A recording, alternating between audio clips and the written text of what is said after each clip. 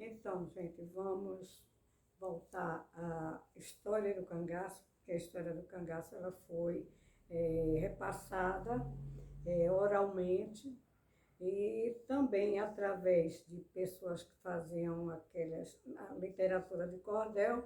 E a partir da década de 60 do século passado, já o cangaço já havia, ninguém comentava mais, porque muita gente tinha vergonha de falar que era família de cangaceiro, de ex-cangaceiro, e então a história estava em decantação.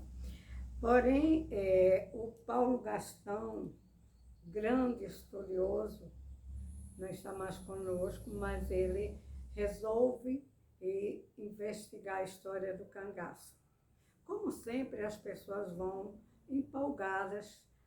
Porque muita gente falou também sobre o Virgulino, dizia que o Virgulino havia sido aquela pessoa que foi bandido pelas circunstâncias, porque não tinha condição econômica para viver, os pais foram pessoas simples, e então o Virgulino revoltado, inclusive fala-se que ele entrou para o cangaço para vingar a morte dos pais. Não é verdadeiro.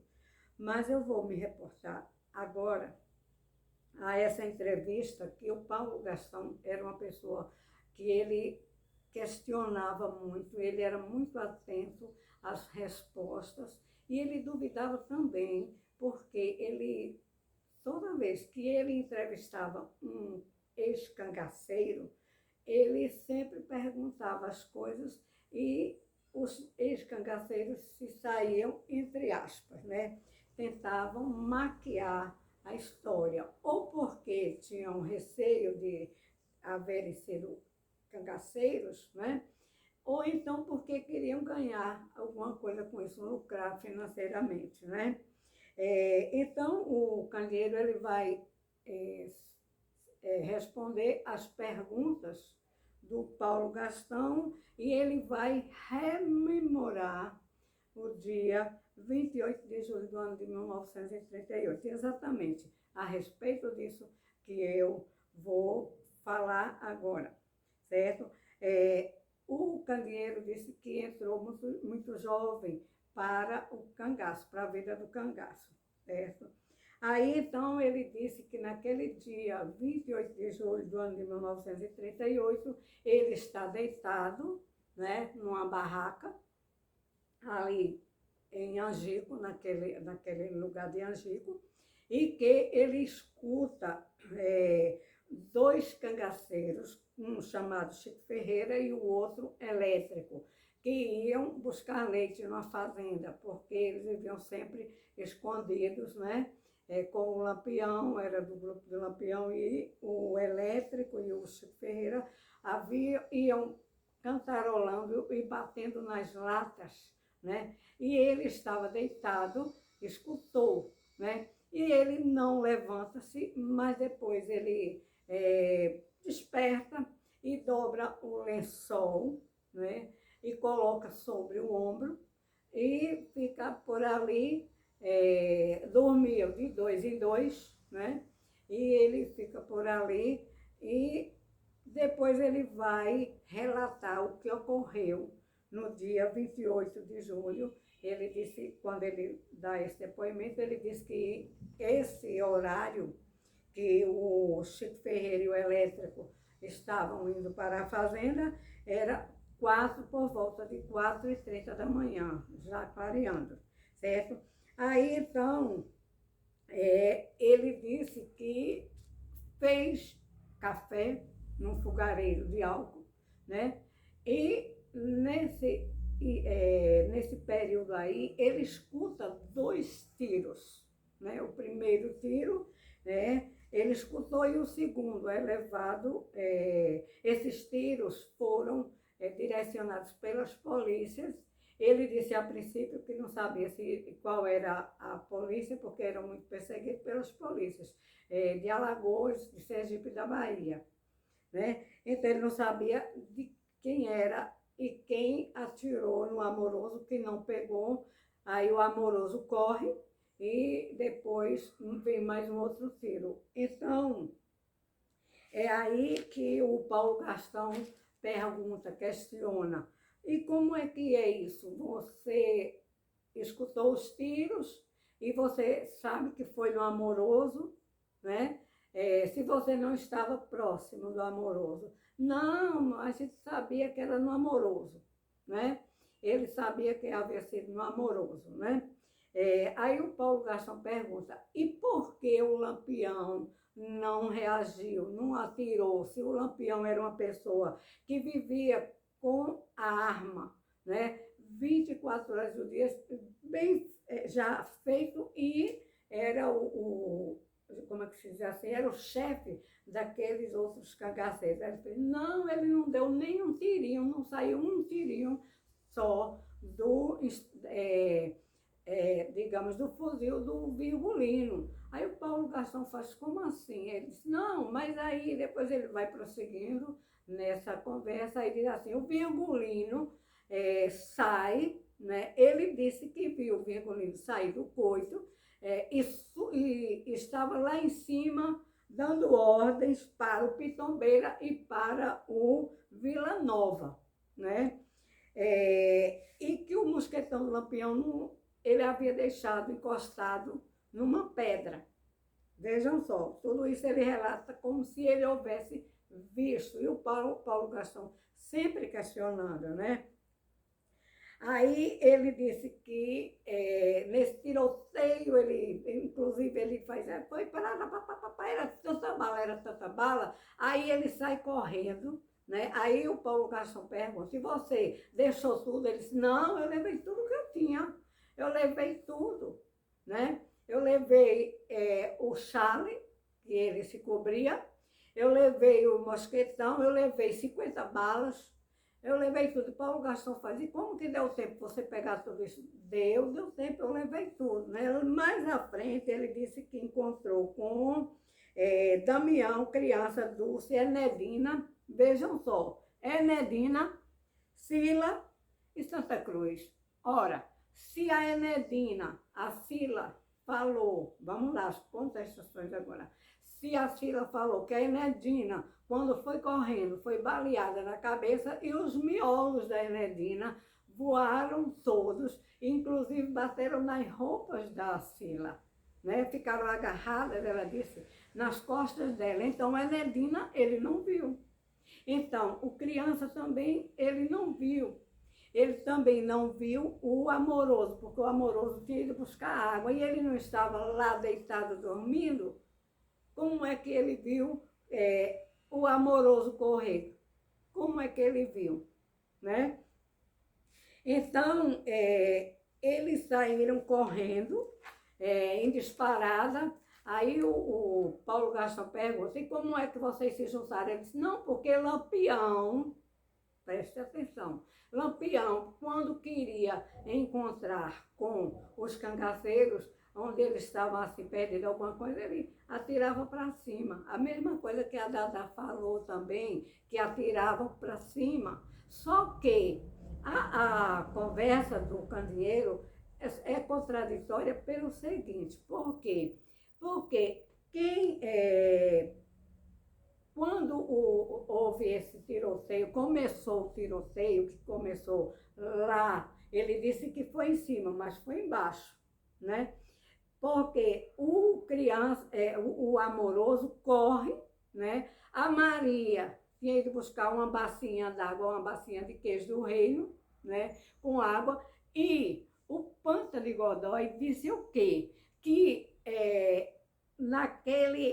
que ele atirou na Maria Bonita.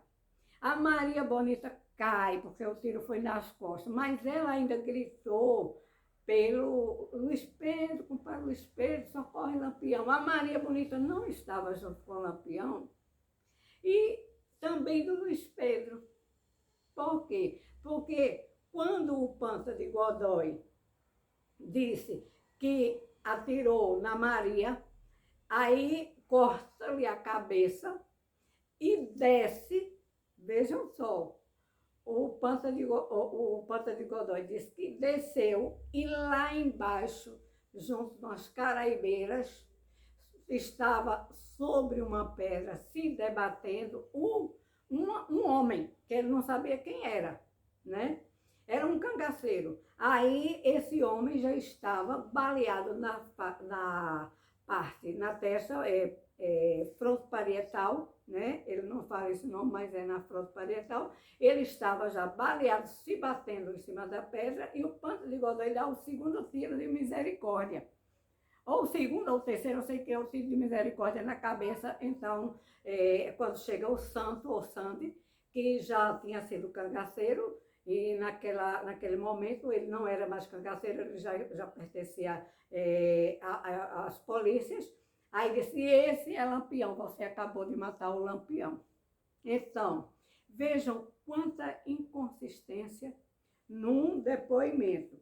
Aí o Paulo Gastão fica sempre perguntando, e como é que vocês se encontraram? Ele disse, nós nos encontramos, a gente se encontrou lá, indo para, qual foi o lugar aqui que eles foram para a entrega, né? Tem um lugar, não recordo agora o nome, talvez não tenha anotado também, né? Eles foram se entregar. E quantos eram os cangaceiros? Eles tinham uns 10 ou 12, 14, entre as mulheres também. A gente foi se entregar. Quando chegou lá, nesse lugar, né? Aí Paulo Gastão disse, como é que você sabe que o Espírito tinha morrido, a Maria e o Lampião? A gente sabia, porque ali não tinha escapado ninguém. Ora, aí a Sila já estava com o Zé Sereno, todos foram se entregar em Jeremoabo, se não me engano foi Jeremoabo. Se não foi também, né, eu não anotei aqui o nome, certo? É em Jeremoabo, certo? Aí ele disse que quando chegou em Jeremoabo, havia uma festa, grande festa em Jeremoabo das missões, né? E que eles, os cangaceiros, se confessaram. Ele até disse assim, o Candeeiro disse, eu me confessei, mas eu não tinha pecado nenhum, nunca tinha matado ninguém, né? Aí se encontram em Jeremoabo e as polícias disseram assim, vocês têm que entregar as armas. Aí eles disseram que não iam entregar e as polícias disseram, não, mas a gente vai entrar num acordo. Vejam só, gente, a gente vai entrar num acordo, vocês entregam tudo e, em compensação, vocês vão ter tudo. Aí fizeram, deram muita comida, era muito arroz, era muito feijão, era muita carne, era muita coisa para alimentar aqueles cangaceiros fugitivos, né? Fugidos dali de Angico, né? Aí, mais para frente, o Paulo Gastão pergunta, e você sabe quem foi das polícias que atacou ali? Deve ter sido de Alagoas. Eu não conhecia, não sabia se o João Bezerra. Aí depois ele caiu em contradição. Aí disse, depois João Bezerra foi lá visitar a gente, né? Tá tudo isso nesse depoimento, que é um depoimento que foi dado pelo cangaceiro Candeeiro 2 de Buíque, e a entrevista foi de Paulo Gastão, é a entrevista número 2, né? E Aderbal Nogueira foi quem gravou. Vocês podem encontrar isso sem problema, porque é a entrevista de Candeeiro, parte 2, de Aderbal Nogueira. Então, são essas incoerências, né? Essas inconsistências, essas falácias que fazem do cangaço ser uma coisa atraente, né? Foi o Virgulino, o Lampião, o maior matador da humanidade. Eu acho que nem Hitler cometeu tanto crime assim, com a atrocidade que o Virgulino, que era psicopata também, né, cometeu. Né? Então, são essas conversas que o Paulo Gastão não acreditava, que o rico inglês questiona também, mas o Virgulino agora foi para a avenida, né, ser homenageado. Isso Pernambuco não merece, né? Mas a gente vai analisando e certamente com o tempo a história chegará realmente à verdade. Porque por enquanto, gente, é muita fantasia, é muita mentira. Os cangaceiros, ex-cangaceiros mentiram muito, né? Conforme eu disse, talvez por receio, né? A Dadá era outra psicopata, né? O Moreno, né? Agora, o comando era do Virgulino, que desde cedo, desde muito pequeno, que ele nasceu ali em Vila Bela, Serra Talhada hoje, né? E vocês precisam conhecer a história, mas chegando em Nazaré do Pico, que Nazaré do Pico foi onde o Virgulino passou bastante tempo ali, né? Temos a Vila de Nazaré do Pico, que está preservada, inclusive as casas dos combatentes, dos nazarenos, dos ex-soldados de Volantes, de Pernambuco, moraram ali, as casas continuam preservadas e nós estamos querendo mostrar a história como realmente ela é. Lá em Nazaré vocês vão encontrar, inclusive, as roupas, mas as roupas originais dos combatentes, coisa que por aí fazem a divulgação da vida do Lampião, mas colocam o Lampião como herói e mostram os museus que não tem uma única peça da época, né? Então, estejam convidados a ir a Nazaré do Pico, né? Conhecer a história do cangaço a partir de lá. A partir de lá vocês vão conhecer a história verídica e não com fantasias, ok? Então, por hoje, vamos ficar aqui, tá?